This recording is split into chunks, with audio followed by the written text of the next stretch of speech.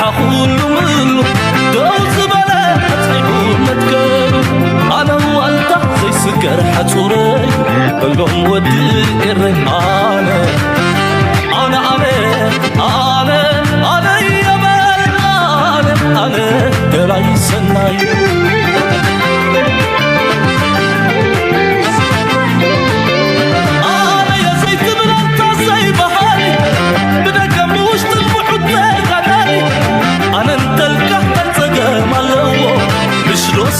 سنف كويلو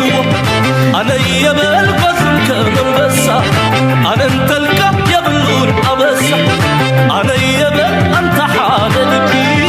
أنا يبل كلنا أتكعب أنا يبل كلنا أتكعب أنا يبل أنت حادد بي أنا يبل حادنتك يعبي أنا تلك يبلون أبسا أنا يبل قزم كمن بسا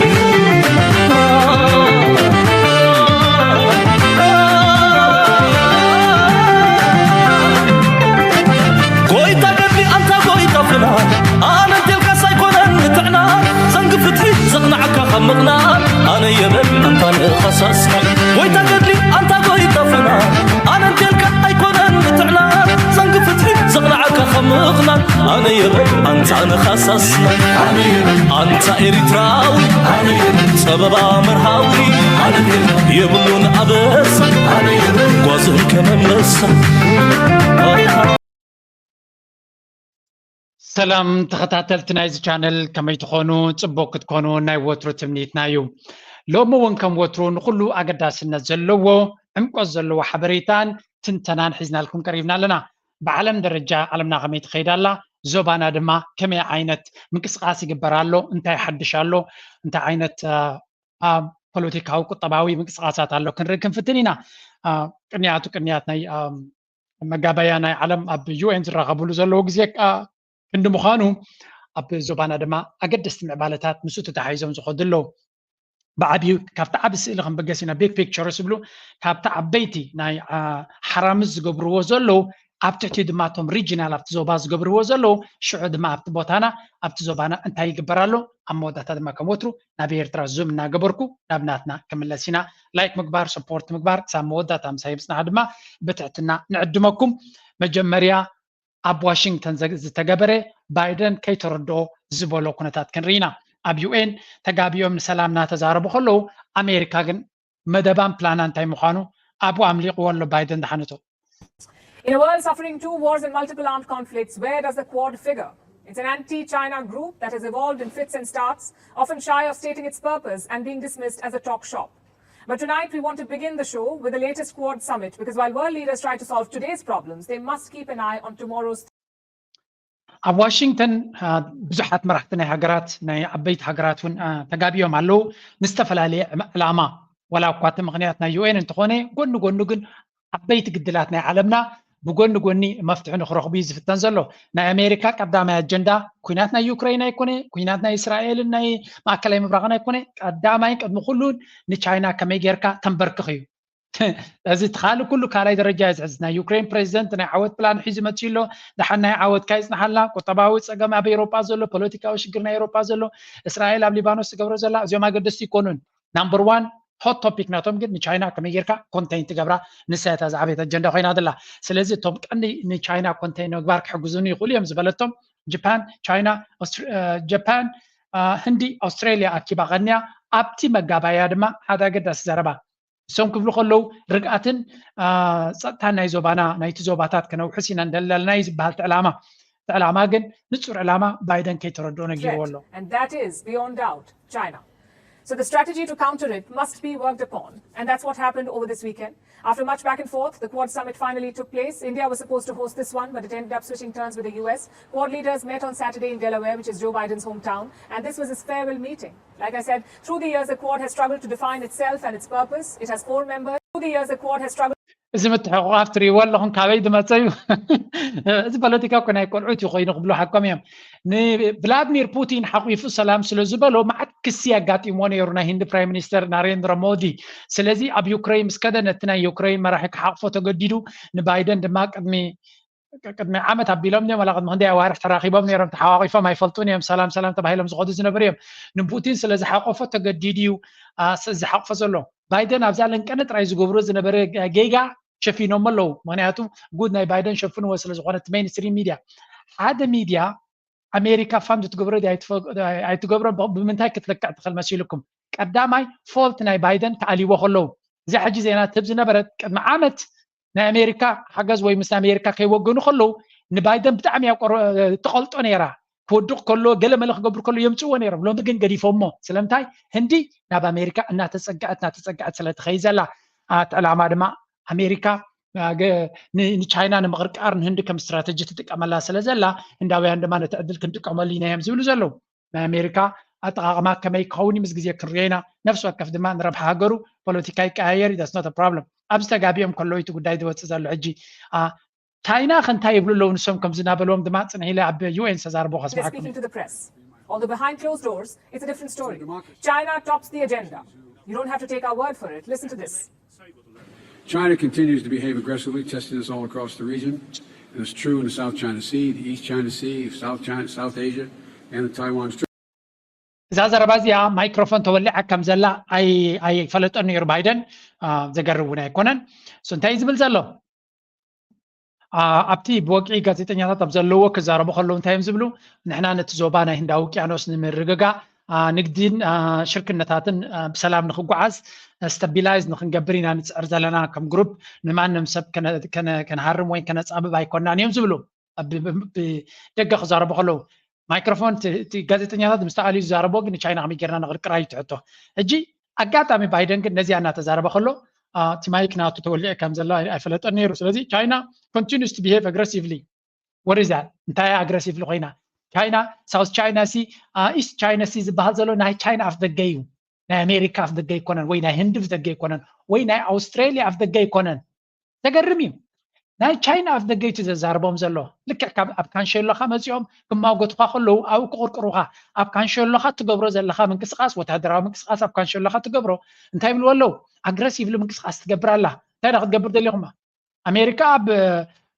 ኣብ መንጋጋ ወይ እውን ኣብ ደገ ናይ ቻይና መፅያ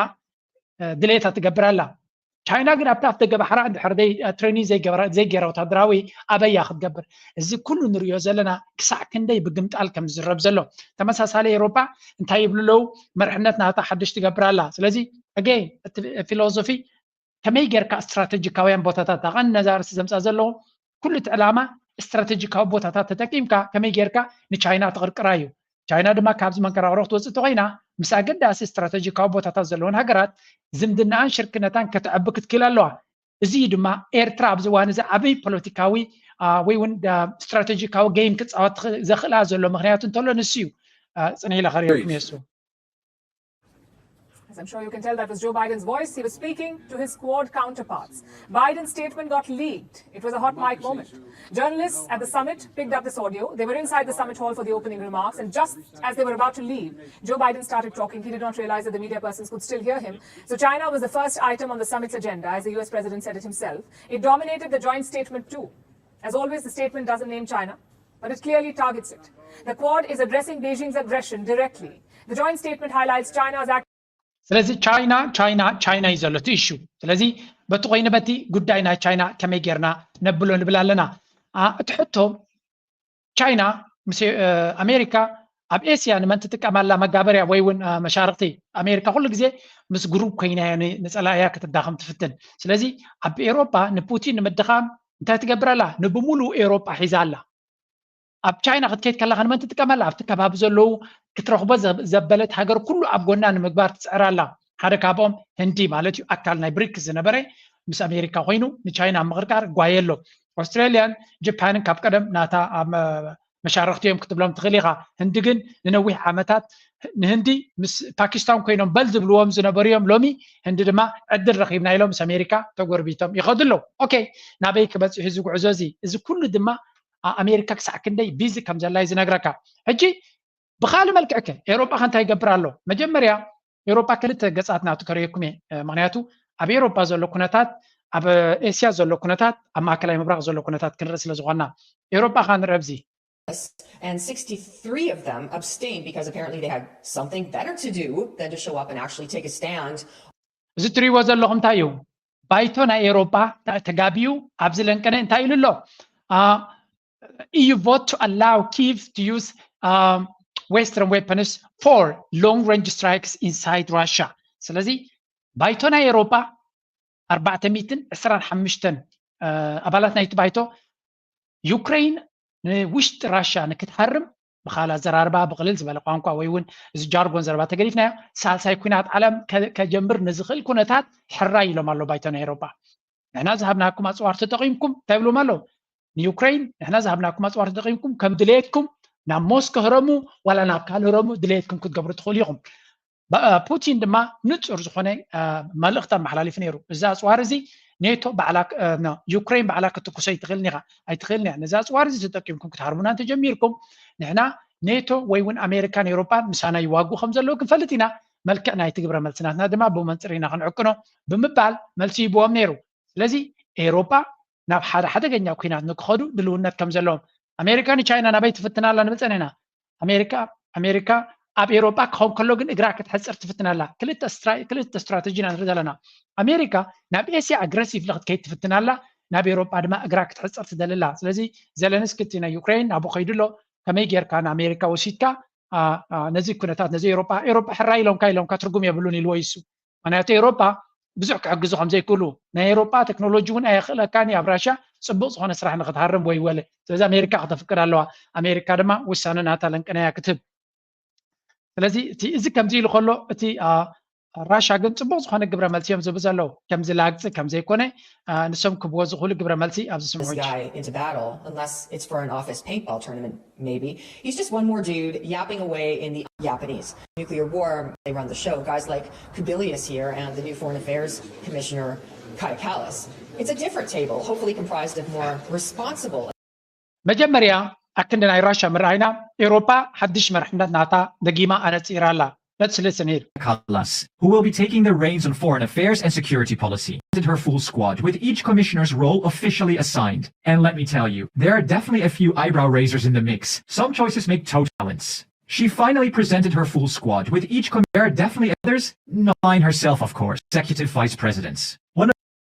Ursula von der Leyen, president ናይቲ ኮሚሽን ኦልሬዲ ናታ ቲም ናይ ኤውሮጳዊ ሕብረት ንዝመፅእ 5 ዓመት ከመሓድሩ ዝኽእሉ እዮም ዝበለቶም መሪፃ ኣላ እቶም ቶፕ ካድር ወይ ከዓ ኤግዜኪቲቭ ብራንች እቶም ፈፀምቲ ኣካል ናይቲ ጉጅለ 4 ደቂ ኣንስትዮ ብምግባር ዳርጋ ሙሉእ ብሙሉእ ንዓዓ እሺ ክብልዋ ዝኽእሉ ሓይልታት እትያ ኣላ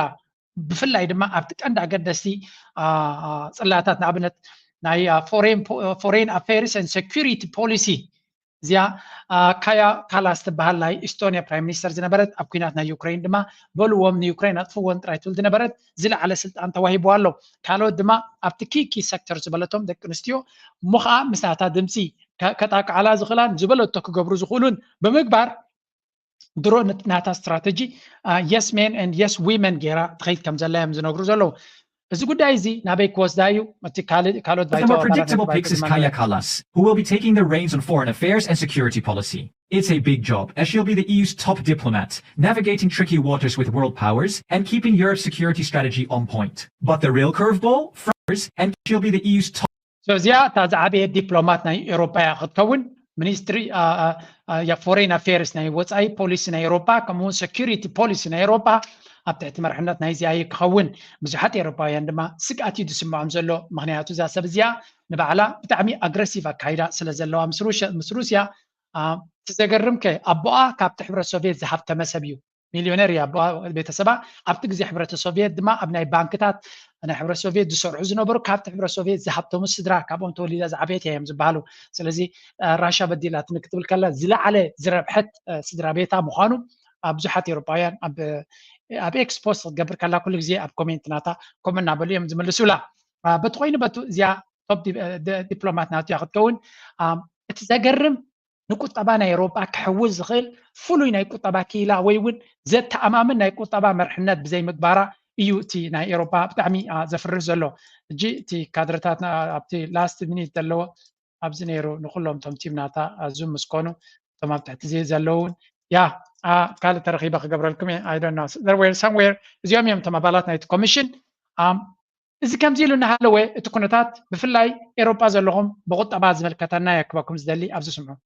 technological progress and innovations. That is clearly something that we can see because it goes beyond the automotive industry. It goes beyond one single company. This changing role of China, no longer being just a very welcome export destination, but actually being a system rival.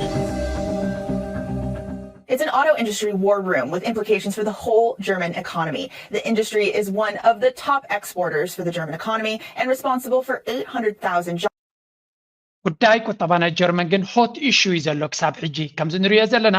ኤውሮፓዊ ሕብረት ኣተኩሮናቱ ኣብ ኩናት እዩ ዘሎ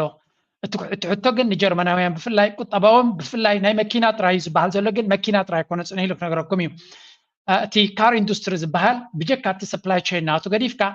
ከባቢ 800,000 ሰራሕተኛታት ዘለዎ 5% ቁጠባ ናይ ጀርመን ድማ ኣውትፑት ወይ ካ ጂዲፒ ናይ ጀርመን ኣው ዝምርኮስ እዩ ሕጂ እዚ ቶፒክ እዚ ስለምታዮም ብዙሕ ግዜ ዛረብሉ ዘሎ ወላ ሜይንስትሪም ሚድያ ብዙሕ ኣብ ናይ ጀርመን እንክሊዝ ዝብል ዘሎ ዓብ ጽልዋ ስለ ዘለዎ እዩ ኣብ ፖለቲካ ናይ ጀርመን ኣብ ፖለቲካ ናይ ኤውሮፓ ኣብ ቁጠባ ናይ ኤውሮፓ ድማ ዓብ ተራ ክህልዎ ስለ ዝኽእል ኣነ ነዚ ዘምፃልኩም ዘለኹ ድማ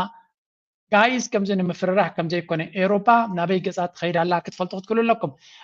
ነዚ ምስ ተረዳእና ሓንቲ ዘረባ ናይ ፕሬዚደንት ኢሳያስ ዝነበረት ትኽክል ክትፈልጥዋ ንዓምዚ ትኸይድ ክበኩም እየ jobs and worth a whopping 5% of the German economy. To figure out why the government is now getting involved and calling this all hands on deck meeting, we're joined by Carsten Bresky, chief economist for Germany at ING. Carsten, thanks for joining us, but tell us, how bad is the current situation for the German auto industry? Well, the German auto industry is almost in a comparable bad shape as the entire economy. It is not all of a sudden falling off the cliff. But I think what we're seeing here is the result of 10 years of somehow having missed technological progress and innovations, namely the electric mobility. Probably also a portion of arrogance, thinking that things will be fine and that the German automotive industry ናይ ጀርመን ቁጠባ ውፅኢት ናይዚ 2-3 ዓመት ጥራይ ከም ዘይኮነን ኣብ ዝሓለፈ 10 ዓመት ዝተገብረ ዘይዕውት ወይ እውን ዝንቡዕ ኣካይዳ ተደመሮ ትዕቢት ናይ ጀርመን ቻይና ክርክቡና ይክእሉን እዮም ኤስያ ክርክቡና ይክእሉን እዮም ዝብል ኣብ ትዕቢት ዝተመርኮሰ ስትራቴጂ ናይ ጀርመን ዝፈጠሮ ምዃኑ ዝነግር ዘሎ እዚ ድማ ውፅኢት ናይዚ ሕጂ እቲ ማኒፋክቸሪንግ ሱፐር ፓወር ዝበሃል ዝነበረ ጀርመን ማለት ድማ ኤውሮፓ ጀርመን ስለ ዘሎ ጥራይ ሓያል ነይሩ ምክንያቱ ትኻሊ ኤውሮፓ ደኺሙ ንነዊሕ እዋን ስለዚ ጀርመን was a very important member ሕጂ እታ ዝሓየለት ክፋል ናቱ ድማ እታ ዝያዳ ተጎዲኣ ዘላ ኣብዚኣ ንውሕ ዝበለ ኣርእስቲ ዝህብ ግን ጽንዕና ንሪኦ enormously strong competition out of China. And then all these things taken together have made that the German automotive industry has really lost market shares, has seen its production costs increasing, and at the same time facing more real serious competition. And this is why we're in this current state. This is really not the end of the German automotive industry, but it's clearly a crucial moment in which we see a formerly flourishing industry being in severe problems. You mentioned all these factors at play here and some እንታይ ዝብል ዘሎ ብሕፅር ዝበለ ናይ ጀርመን ቁጠባ ኣብ ሓደገኛ ኩነታት ከም ዝርከብ እንትኾነ መወዳእታ ዓለም ኣይኮነን መንገዲ ክረክብ ከም ዝኽእል ብሕፅር ዝበለ እዩ ዝነግር ዘሎ ቅድሚ ክንደይ ዓመታት ፕሬዚደንት ኢሳያስ ተዛረባ ኣብዚኣ ኣላ ምዚኣ ትኸይድ እዚ ምዕቡል ዝበሃል ክፍልታት ዓለም ሰሓቢ ዝኸውን ዘሎ ካብ ነንበይኖም ከባቢታት ናይ ኣፍሪካ ፍራንኮፎን ኣንጎፎን እናተባህለ ብሽበራን ብቦኮ ሓራምን ብሸባብን ዝስቀ ዘሎ ህዝቢ ስለምንታይ እዩ ዝሰሓብ ዘሎ ናብ ኤውሮፓ እንታይ ስለ ዘለዎ ኣብቲ ኤውሮፓ ዝሰሓብ ኣብተን ካልኦት ሃገራት ዝኸይድ ዘለኹ ኣበይ ከመይ ዝኣመሰለ መነባብሮ ክነብር ኣሎ መሬት ውልውል ጥሮታ ዝኣተው የሳሲ ገዛውቲ ፅሪ እንታይ ይገብር ኣበይናይ ናይ ማኪና ፋብሪካታት ኣበይናይ ልዑል ቴክኖሎጂ ዘለዎ ኢንዱስትሪታት ኣትዩ ይስራሕ ኣሎ መጻኢ ዕድሉ ኸ ናበይ ገፂ እዩ ክኸይድ ስደት ብዙሕ ዘገርም ነገር ኣይኮነን ኣሜሪካ ንገዛ እርሱ ናይ ስደተኛታት ሃገር እዩ ኤውሮፓ ይጣዕመናን ኢሎም ተሰጎሪኦም ነቲ ኣሜሪካ መስሪቶሞ ዝፀንሕዎም ኣጥፊኦም ዓዶም ገይሮሞ ሕጂ እቲ ናይ ስደት ብምንታይ ምክንያት እዩ ፖለቲካዊ ድዩ ቁጠባዊ ድዩ እንታይ ዝበሃል እዚታት ካልእ ኣርእስቲ እዩ ብታሪክ እውን ክዛረቡ እዚ ሕጂ ናይ 21 ክፍለ ዘመን ባርነት ግን ዶብ ክግበረሉ ክእል ኣለዎ ህዝብታት ዓለም ከዓ ክቃለስሉ ኣለዎም ቅድሚ ዝኾነ ከዓ ኣፍሪካ ክቃለስሉ ኣለዎ ንሕና ተቃሊስናዮ ተፈላለየ ኣፍና ንምዕፃው ኣእዳውና ንምቕያድ ዘይተፈተነ ነገር ኣይነበረን ሰብኣዊ መሰላት ተባሂሉ ባርነት ናይ ሃገራዊ አገልግሎት ተባሂሉ ማልያ ዘይብሎም ናይ ምስይጣን ስነ ኣእምራዊ ዘመተታት ክካየዱ ፀኒሖም ሕጂ ኩሉ ተቃሊዑ ኣብ ዝብፃሕ በፂሑ ስለ ዘሎ ንሕና ከም ህዝቢ ከም ሃገር ምስ ዜጋታትና ንዜጋታትና እውን ክንምጉተሎም ንዜጋታትና ጥራይ ዘይኮነ ንሰባት እውን መሰሎም ክዕቀብ ምእንቲ ሰርሓሉ ስለ ዘለና እቲ ሜካኒክስ ናይ ከመይ ይምለሱ ናበዮም ዝምለሱ እንታይ እዮም ዝገብሩ እንታይ ካሕሱ ካልእ ኣርእስቲ በዓል እዚኣ ዘረባ እዚኣ ንምንታይ ዘምፃልኩም ዘለኹ ዝሓለፈ ሓሊፍ እዩ ብዙሕ ነገር ተገይሩ እዩ ንድሕሪት ክትመልሶ እውን ከቢድ ቀሊል ኣይኮነን በቲ ኮይኑ በቲ እታ ኣብ ልዕሊ ኤርትራ ዝወረደ ዝተፈላለየ ሽርሕታት ወላ እኳ ከምቲ ዝደለዮ እንተደይሰርሐ ብዙሕ ስምብራት ገዲፍ እዩ እዚ ኣቃሊልካ ክርአ ዝኽእል ኣይኮነን ካብ ሕጂ ንድሓር ግን እቲ ሕብረተሰብ ክነቅሕ ክኽእል ኣሎ ኣይ ቲንክ እዚ ቪድዮታት ዘምፅእ ዘለኹ ናይ ጌጋ ስእሊ ወይ እውን ጌጋ ሓበሬታ ሒዙ ሰብ ናብ ኤሮፓ ይሓልም ከይህሉ ዘዝተወለደ ንስደት ይሓስብ ከይህሉ እዚ ክብል ከለኹ ድማ ናቶም ፅቡቕ ንኤሮፓ መፅኦም ፅቡቕ ንክረኽቡ ስለ ዝፀላዕኩ ወይ እውን ስለ ዝሓሰት ኩሎም ኣይኮንኩን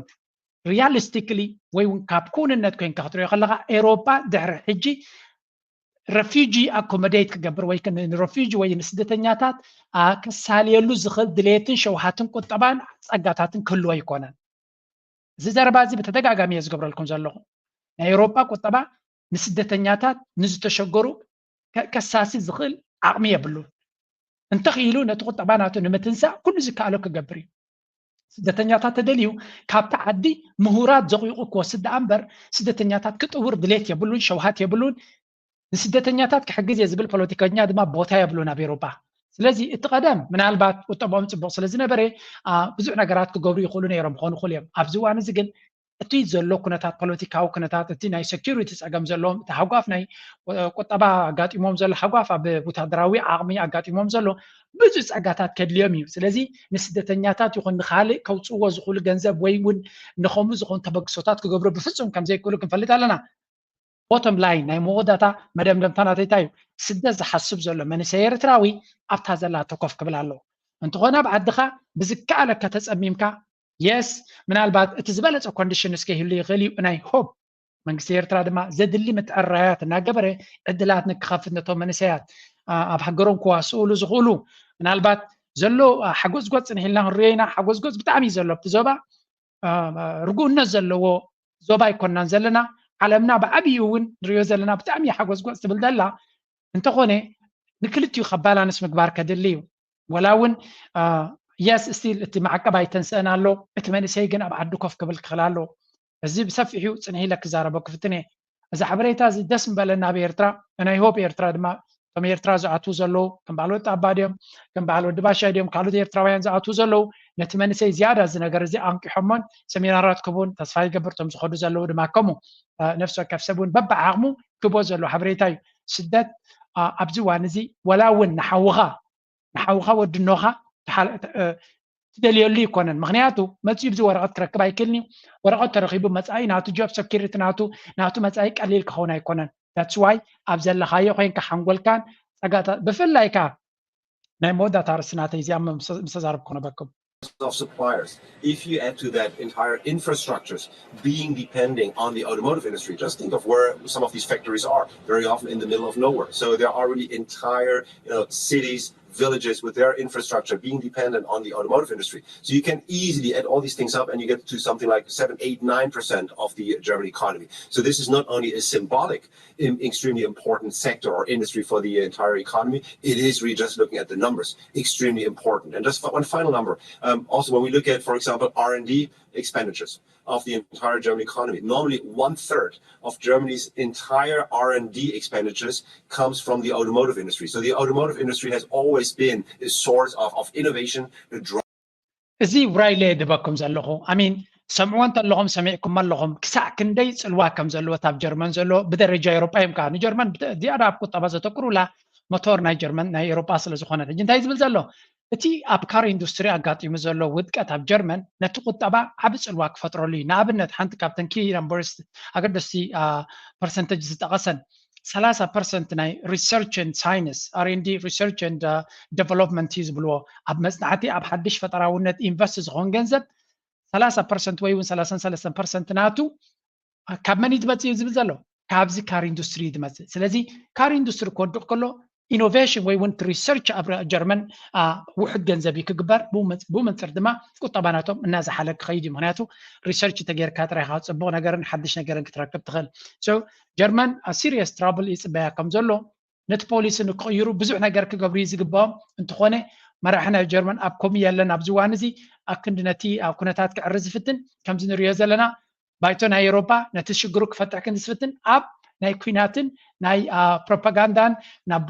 ኤስካሌሽንን ፎከስ ናቱ ዘሎ አይ ቲንክ ካብዚ ተበጊስ እዩ ሓደ ጀርመናዊ ነታ ፕሬዚደንት ናይቲ ኮሚሽን ቃል ብቃሉ ከምዚያ ኢልዋ ናይ ብሓቂ ተበፂሕዎም ከም ዘሎ በዚኻ ትፈልጥ Sehr geehrter bester Kumpel Aserbaidschan in Sachen Demokratie, Presse und bürgerliche Freiheiten noch weit hinter Russland. Nur bei der Bestechung korrupter CDU-Hongs ist Aliyev ganz vorn. እንታይ ስኬልዋ ሕፅር ብዝበለ ነታ ኡርሱላ ቫንደር ላይን ጀርመናዊት እንዲያሱ ብጀርመን ትዛረብ ዘሎ እንታይ ኢልዋ መጀመርያ ኩናት ናይ ዩክሬን ምስ ጀመረ ሂትለር ፑቲን ዲክታተር ስለ ዝኾነ ነዳዲ ናቱን ጋዝ ናቱን ኣየድልየናን እዩ ኢልኩም ዓፂኹም ኢልዎም ትኽኢልኩም ግን ናበይ ከይድኩም ናብ ኣዘርባይጃን ናይ ኣዘርባይጃን መራሒ ካብ ፑቲን ይሓይሽ ዶ ይሓምቕ ስለዚ እቲ ሕቶ ናይ ዲክታተርሽፕ ዘይኮነ ፖለቲካዊ ስጉምቲ ከም ዝኾነ ካብቲ ሓደ ሃዲምካ ናብ ካልኦት ዲክታተራት ናይ ኣልጀርያ ዲሞክራሲያዊ ምርጫ ይገብር ዝበሃል ግን ካብቲ ናይ ፑቲን ዝሓይሽ ዲሞክራሲያዊ ምርጫ ኣይኮነን ይብሎም ኣሎ ስለዚ ዲክታተር ወይ ዲክታተር ኣይኮነን ትሕቶ ንመን ከተዳኸም ትደሊ ንፖሊሲ ናይ ኣሜሪካ ከተሳሲ ንጀርመን ጎል ከም ዘእተኹማ እዚኣ ኣይኮነትን ግን ሕጂ ዝብላ ስምዕዎቶም ጀርመን ሰሙ ክሰምዓ ከስማዓኩም Als Sie Ihren Dienst hier antraten, dachte ich, Sie seien lediglich unfähig und ein bisschen kriminell. ስራሕክ ክጅምር ከለኻ ኣብዚ ፕሬዚደንት ናይ ኤውሮፓዊ ኮሚሽን ኢልዋ እንታይ ኢልዋ ኣሎ ኣነ መጀመርያ ስራሕክ ክጅምር ከለኻ እዚ ብቅዓት ዘይብልኪ ከምኡ ድማ ንእሽተይ ገበነኛ ዓበ ገበን ዘይብልኪ ገበነኛ ግን ዓባይ ገበነኛ ዘይኮንክ ገበል ዘይኮንክ ገይረ ዝወሰክ ነይረ እቲ ዘለክ ፀገም ድማ ብቅዓት ወይ እውን ኮምፒተንስ ዓቕሚ ዘይብልኪ ኮይኑ ዘይ ዓቕሚ ስራሕ ከም ዝተዋሃበኪ ከምኡ ድማ ቁርብትለይ ገበናት ብልሽውና ዘለክ ሰብ ገይረ ይወሰክ ነይረ ኢልዋ እንታይ ኣጋጢሙ ካብን ሕጂ ረይዎ ዝብሎ ዘሎ ናይ ብሓቂ ዘገርም ኣብቲ ባይተ ናይ ኤውሮፓ ዝበሎ እዩ Inzwischen weiß ich, dass Sie auch beeindruckend moralfrei sind. An den Außengrenzen sterben täglich Flüchtlinge, Frackinggas und Atomkraft sind auf einmal nachhaltig und Sie löschen routiniert Ihre SMS zu den Milliardenzahlungen an Pfizer. Mir fällt zur EU nichts mehr ein, außer wir sollten Europa nicht den Laien überlassen. እንታይ ዝብላ ዘሎ ናይ ብሓቂ ብርትዕ ዝበለ ቋንቋ ገይሩ ዛረባ ዘሎ እንታይ ይብላ ኣሎ ክትመፅእ ከለኺ ብቅዓትኪ የተማምነኒ ነበረን ገበነኛ ምዃንኩ እውን ይፈልጥ ነይረ ኣብዚ ድሒረ ብዝረኣኽዎ ብዘስተውዓልኩል ክመጠን ግን እንታይ ኢልዋ መጀመርያ ሞራል ናትኪ ናይ ሞራል ኮምፓስኪ ዝተበላሸወት ምዃና እዚ ማለት እንታይ ማለት እዩ ዝኾነ ነገር ኩሉ ሞራላዊ ነገራት ጥሒስክ ንኽትከድ ፀገም የብልክን ስደተኛታት ፖለቲካዊ መሳርሒ እምበር መፍትሒ ናይ ሽግሮም ከም ዘይኮነ እቲ ጉዳይ ስደተኛታት ይሙቱ ኣይሙቱ ትማል ትማሊ ንፕላኔት ከነጥሕና ኢና ኢልኩም ትዛረቡ ዝነበርኩም ሎሚ ተመሊስኩም ዝደለኹም ዓይነት ፀዓት ትጥቀሙ ኣለኹም ናበለይ ትዛረብ ቀፂሉ ድማ እንታይ ይብላ ኣብ ግዜ ኮቪድ ዝገበርክዮ ዘይተመርመረ ወይ እውን ብትክክለኛ ሳይንሳዊ መንገዲ ዘይከደ ቫክሲን ኣምፂ ክዘእተ ከላ እውን ክሳብ ሎሚ ንዑ ክድምስስን ነቲ መሰጅ ዝገበርክዮ ክድምስስዮ ትፍትኒ ከም ዘለኽን ርኢና ኣለና ኣብ መወዳእታ ኤውሮፓ ኣብ ኢድክን ተገዲፍናያ ሓደጋ ኣለና ማለት እዩ ብዝተኻለ መጠን ንስኺ ካብ ኤውሮፓ ክትእለይሉ ትኽእሊ መንገዲ ክፍጠር ኣሎ ናበለ ነታ ፕሬዚደንት ናይቲ ኮሚሽን ዝተዛረቦ ኣባል ባይቶ ናይ ኤውሮፓዊ ሕብረት ካብ ጀርመን እዩ ኤውሮፓ ነዚ ይመስል እታ ኣካይዳ ናቶም ክልተ ቪድዮታት ክበኩም የሽዑ ናብ ዞባና ክመፅእ መጀመርያ ናይ ቻይና ንስማዕ lose the whole game and the small yard with high fences would only imprison the builder and tear the world apart. We should build a future of fairness and justice. All countries, regardless of their size and strength, are equal members of the international community. International affairs should be handled through consultation by all countries. We need to build an equal and orderly multipolar world and defend the UN-centered international system. ሚኒስትር ጉዳያት ወፃኢ ናይ ቻይና ኣብ ዩኤን ዘስምዖ መደረ ክንሪኦ ከለና ቻይና ኣሜሪካ ምስ መሻርክታት ተንኳት ዝበሃላ እንታይ ትብል ነራ ንቻይና ጠጠው ከነብላ ክንክል ኣለና ክንሓፅራ ክንክል ኣለና ክንድርታ ክንክል ኣለና ክንቅርቅራ ክንክል ኣለና ዝብል ኣኼባ ክገብሩ ከለዉ ናይ ቻይና ድማ እንታይ ይብላ ኣሎ ኩላተን ሃገራት ልኡላውያን ክሳብ ዝኾና ማዕረ ኮይነን ክሰርሓሉ ዝኽእላን ክዋሳኣሉ ዝኽእላን ሽርክነት ክዕዝዛሉን ዝኽእላ መንገዲ ክንፈጥር ኣለና ነዚ ዘረባ እዚ ግን ከም ተንኮል ገይሮም ክሸጥዎ እዮም ዝፍትኑ ዘሎ ኣሜሪካ ቻይና ስትሬት ፎርወርድ ንመራሕቲ ናይ ኣፍሪካ ኣብ ቻይና ዓዲማ እንታይ ኢላቶም ንሕና ኩልና ማዕረይና ተመሳሳሊ ታሪክ ኣለና ተመሳሳሊ ስልጣን ኣለና እንካን ሃባን ንኩልና ከረቢሕ ብዝኽእል ዊን ዊን ኮኦፐሬሽን ናገበርና ክንከይድ ክንክል ኣለና ንሱ ድማ ይዘዋፃና ሓደ ሓያል ኮይኑ ነቲ ሓደ ድኹም ክሃርምን ክፀቅጥን የብሉን ትብሎም ኣላ ትኽክል ቻይና ፖሊሲ ናታ ከምኡ ንማንም ፀቂታ ክሳብ ሕጂ ኣይትፈልጥን እያ እቶም ዝፀቕጡ ዝነበሩን ዘለውን ግን ንቻይና ፀቃጢታ ኢሎም ከምኑና ለይቲ መዓልቲ ንደኹም ኣለዉ the international order based on international law and the basic norms of international relations underpinned by the purposes and principles by all countries. We need to build an equal and orderly multipolar world and defend the UN-centered international system. The international order based on international law. ስለዚ ቻይና መርገፅ ናታ እቲ ማልቲፖላሪቲ ወይ እውን ብዙሓት ሓይልታት ዘለዎ ዓለም ለኻዊ ሕጊ ድማ ብሰላማዊ መንገዲ ሓደ ነቲ ሓደ ከይደፈን ከይፀቐጥን ኩልና ተኸባቢርና ክንነብረሉ ንኽእል መንገዲ ክንፈጥር ኣለና ነዚ ድማ ክኸውን ኣለዎ ትፃዕሪ ትብል ኣላ ንቻይና ድማ ዘኽስባ ንሱ እዩ ብደረጃ ዓለም ድማ ቻይና እትብሎን እትኸዶን መንገዲ ሓደ ስለ ዝኾነ ብዙሓት ፓርትነርስን ደለይቲ እናረኸበት ትኸይድ ኣላ ስለዚ ነዚ መልክዕ እዚ ወሲድና ቻይና ኮንሲስተንትሊ ወይ እውን ብተደጋጋሚ ፖሊሲ ናታ ኣብ ናይ ካልኦት ሃገራት ኢድ ዘይምእታው ምስ ካልኦት ሃገራት ድማ ኣብ ሽርክነት ዘለዎ እንካን ሃባን ዘለዎ ንግዲ ክትዋሳእ ከም ትደልን ውሽጣዊ ፖለቲካ ናይ ሃገራት ድማ ከም ዘይትፀሉን ንሃገራት ክትፀቅጥ ወይ ክትገብር ድማ ከም ዘይትፍትን ክሳብ ሕጂ ብዓለም ደረጃ ይኹን ኣብ ዞባ ደረጃ ትኽተሎ ዘላ ፖሊሲ እዩ ካብዚ ተበጊስና እተን ሃገራት ናይ ዓለም ንኣብነት ናብ ዞባና ክንመፅኢና ቅድሚ ዞባና ግን ብግብፂ ክንጅምር ኢና ግብፂ ኣብዚ እዋን እዚ ነዚ ኩነታት እዚ ኣናብባ ናታ እንታይ ይመስል ነዚያ እስከ ንስማዕ Deteriorating relations between the West and Egypt, spurred by rising tensions over issues like human rights, coupled with the United States' declining influence in parts of the region, have prompted Cairo to reassess its foreign policy. Economic pragmatism, combined with a desire to reduce dependency on Western aid, has been the driving force behind this reorientation. A recent manifestation እንታይ ኢና ንርኢ ዘለና ግብፂ ናይ ነዊሕ ዓመት ምስ ኣሜሪካ ጥቡቕ ዝኾነ ሽርክነት ዘለዋ ዝለዓለ ካብ ኣሜሪካ ሓገዝ ትረክብ ዝነበረት እያ ከም ውፅኢት ናቱ ድማ ግብፂ ምስ እስራኤል ጥቡቕ ዝኾነ ዝምድና ካብ ዘለወን ሃገራት ንክምስርታ ካብ ዝተገበረ ሃገራት እየን ኣስዋይ ህዝቢ ዓረብ ኣብ ግብፂ ዘለዎ ምትእምማን እውን ትሑት ዝነበረ እዚ ኩነታት እዚ ግን ብፍላይ እስራኤል ኣብዚ ሕጂ ትኽተሎ ዘላ ፖሊሲ ድሮ ንዓመት ቀፂሉ ዘሎ ነታንያሁ ዝመርሖ ዘሎ ጉዳይ እስራኤል ኢልካ ክትዛረቡ ናይ ትኽእልኒ ኢኻ እዚ ነታንያሁ ዝመርሖ ዘሎ ጉዳይ ኣይኮነን ንግብፂ ነቶም ጎረባብትን ኢቭን ነቶም ፈተውትናቶም ኤሮጳ እውን ከም ዝኽዕብዎ ይገይሩ ዘሎ ኣኺሎም ጥፍ ክብልዎ ዓቕሚ ስለ ዘይብሎም ዳ እምበር መዓልታዊ ኣንፃሩ እዮም ዝፅሕፉ ዘሎ ኣብዚ እዋን እዚ ስለዚ ግብፂ ድማ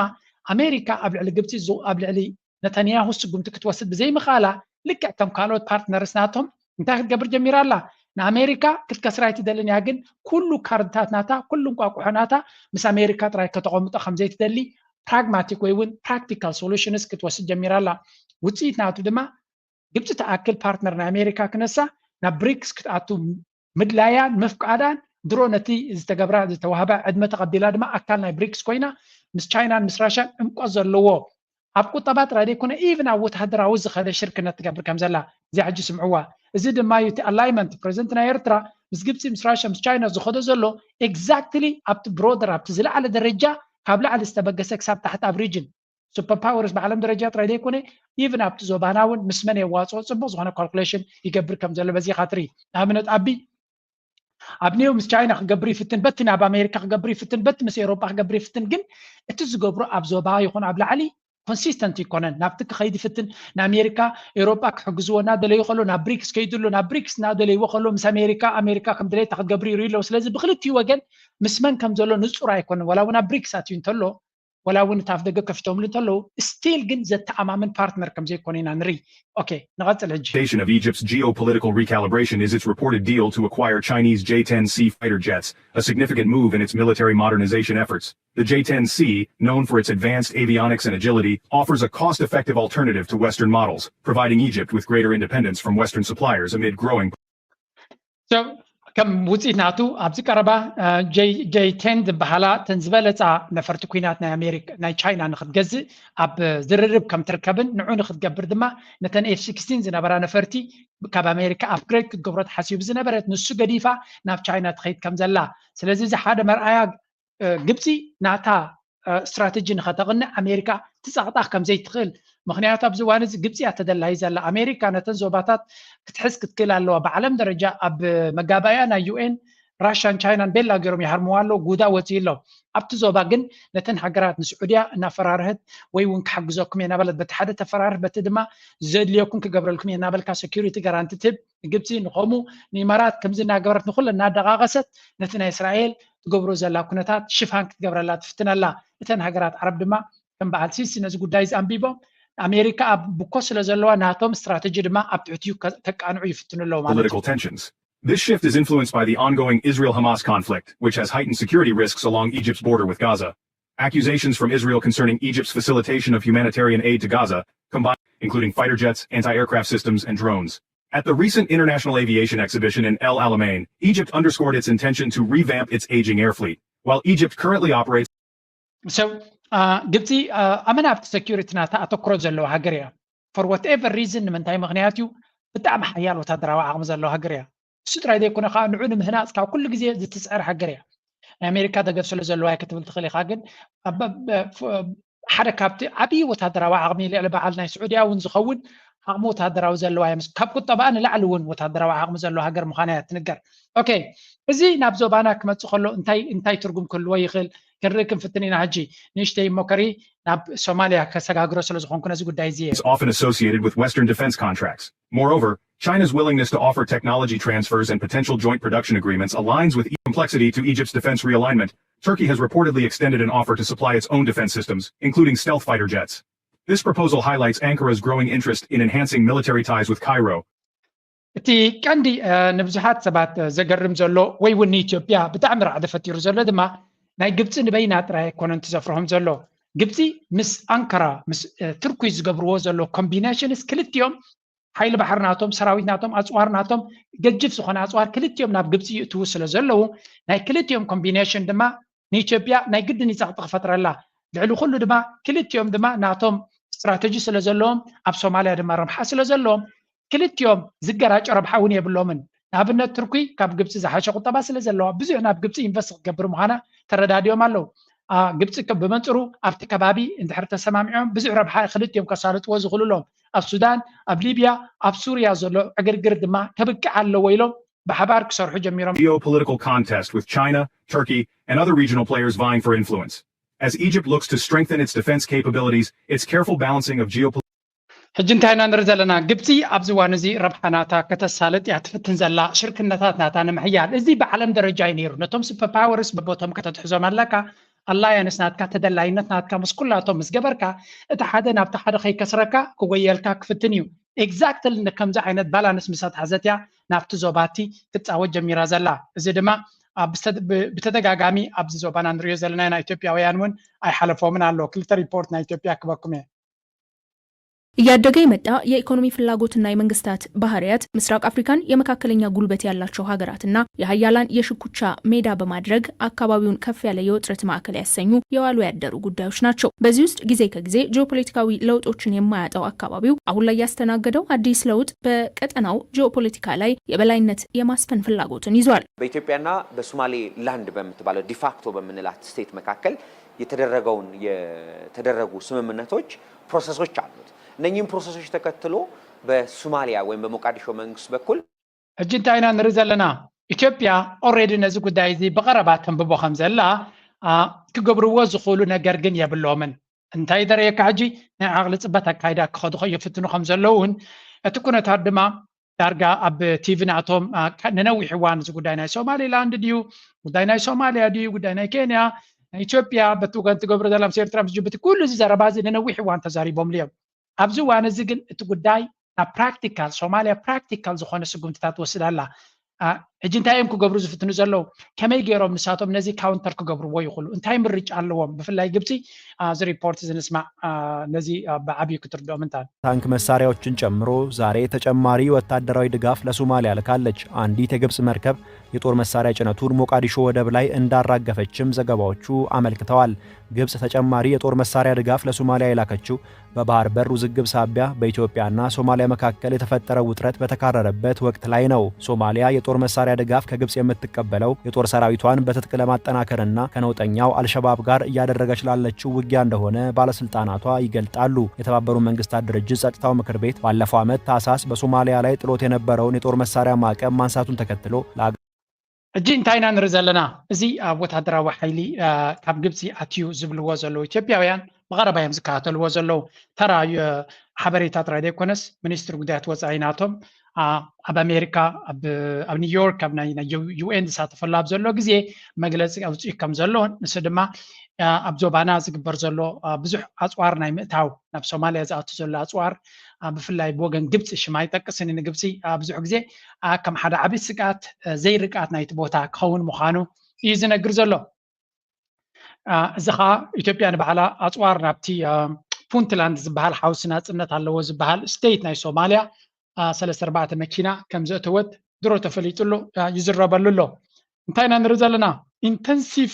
ኮምፒቲሽን ኣብ መንጎ ግብፅን ኣብ መንጎ ኢትዮጵያን ማለት ኣብነት ምስ ኤርትራ ንሶማልያ ከምዚ ክትገብር እያ ገለ ክንብል ከለና ኣብ ቲዮሪ ዝተበገሰ እዩ ዝኾነ ይኹን ጭቡጥ ነገር ዘይነበሮ እዩ ኢትዮጵያውያን ንኤርትራ ከምዚ ትገብር ኣላ ኤርትራ ናብ ዝትኸይድ ኣላ ክብሉ ከለዉ ናቲንግ ዝተጨበጠ ነገር ከም ዘይብሎም ይፈልጡ እዮም ናይ ኤርትራ ምንቅስቃስ ርዮም ኣይኮኑን ንፕሮፓጋንዳ ስለ ዝጠቕሞም እዩ ግብፂ ግን ብቲዮሪ ይኮነን ዘሎ እዚ ብተግባር እያ ትገብሮ ዘላ እዚ ብዙሕ ኣፅዋር ናብ መቃዲሾ ከም ዝኣተወ ብኩሉ ወገን እዩ ዝዝረብ ዘሎ ዓበይቲ ኣርቲክልስ እውን ፓብሊሽድ ኮይኑላ ቢቢሲ ድዩ ኣብ ካልእ ስለዚ እዚ ጉዳይ እዚ ንኢትዮጵያ ከምዚ ተራ ዘረባ ወይ ፕሮፓጋንዳ ዘይኮነ ውፁእ ዝኾነ ሪስክ ወይ እውን ሓደጋ ያጋጢምዎም ዘሎ እዚ ከምዚ ኢሉ እናሃለዎ ከሎ እዚ ናይ ኣፅዋር ምትትታው ነቲ ዞባ ናብ ካልእ መኣዝን ክወስዶ እዩ ኢትዮጵያ ድማ ብዙሕ ሰራዊት ኣብ ግብፂ ከም ዘለዋ መጠን ኣብ ሶማልያ ከም ዘለዋ መጠን ነቲ ኩነታት complicated ክገብሮ ከም ዝኽእል እዩ ዝንገር ዘሎ by the way እቲ ኣፅዋር ዝኣቱ ዘሎ ኣዝዩ ሞደርን ምዃኑን ብዓቐኑ ብብዙሕናቱ ድማ ብዙሕ ምዃኑ እዩ ዝንገር ዘሎ ምናልባት ቪድዮ እንተረኺበ ከርየኩም ክፍትን እየ ኦልሬዲ ነይሩኒ እንዲሁ ግን ኣብዚ ቀረባ ክረኽባ ይክእልን እታ ቪድዮ እምበር it's just everybody is talking about it ከምዚ ብሕብእብእ ዝግበር ዘሎ ዘይኮነ ከዓ ብወቅዒ ዝግበር ዘሎ ኩነታትን ስለ ዝኾነ ሓንቲ ካፕተን ኣቦ ሸር ዝገብርዎን ዘሎ ብዙሓት እኒአን እዚኣ መርከብ ንኣብነት እጂ እቲ ኣፅዋር ተሰኪማ ዝመፀት ዝብለዋ ዘለዎ እዮም ናይ ኤርትራ ኮመንቴተርስ እውን ፖስት ገይሮማ ነይሮም ሕጂ ንመለስ ኣብታ ኣርስቲ እዚ ጉዳይ እዚ ስለምንታይ እዩ ኣገዳስነት ዘለዎ እንታይ ዓይነት ኣገዳስነት ኣለዎ እዚ ከምዚ ኢሉ እናሃለዎ ከሎ ስቲል ኢትዮጵያ ድማ ነቲ ኩነታት ኣክንዲ ከዘሓሕልዎ ዲኤስካሌት ክገብርዎ ዝፍትኑ መመሊፆም እንታይ ይገብርሉ ኣለዉ ላምባ ይቅስቅስሉ ኣለዉ ሓደ ነዚያ ስሙ ሕጂ global trade 20% of global trade particularly oil and natural gas to Europe and North America so Ethiopia also depends on this trading line for its import export trade so and also of course for submarine cables also provide Ethiopia's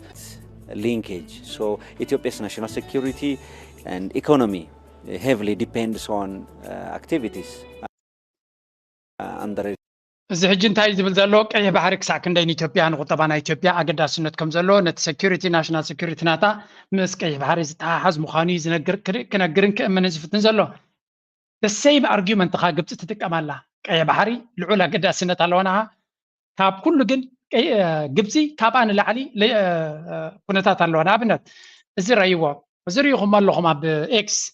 ኢትዮጵያውያን ጨርቆም ክድርብዩ እዮም ደልዮም ዘለዉ ምክንያቱ እዚ